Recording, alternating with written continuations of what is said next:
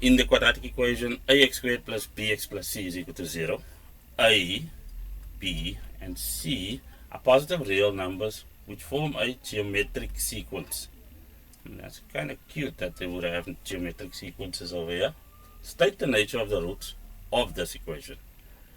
Now, we know for a geometric sequence to qualify as geometric, the ratio needs to be constant. That's why we call it a constant ratio.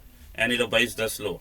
Term 2 divided by term 1 is equal to term 3 divided by term 2. So we can generalize that even further, but that's not necessary. This is the basic law that qualifies a sequence as being geometric. So if we apply it over here, what we'll find is that our ratio is equal to, well, that's term 2, that's term 1.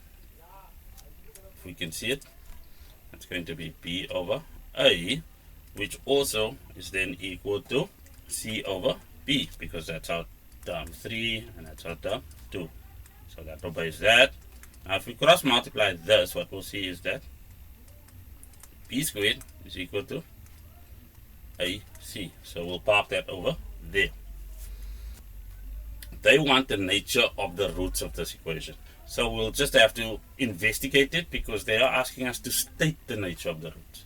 So as such, we know that delta, our discriminant, is equal to B squared minus 4AC. That little term under the formula. Which means what we are dealing with over here is, well, B is still B, so it's B squared, and then it's minus 4AC. Now this is interesting. We have AC over here, and we can substitute AC with B. So we'll do that. Substitute B squared equal to AC. And what does that yield? Well, it means that our delta is now equal to B squared minus 4B squared, which is equal to negative 3B squared. So negative 3 is less than 0, and B squared is always greater than or equal to 0. Now, and in this case, it cannot be equal to 0.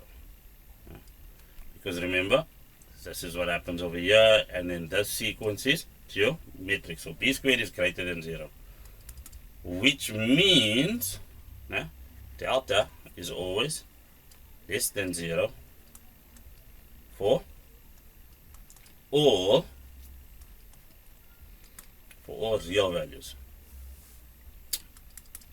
Therefore, our roots are non-real.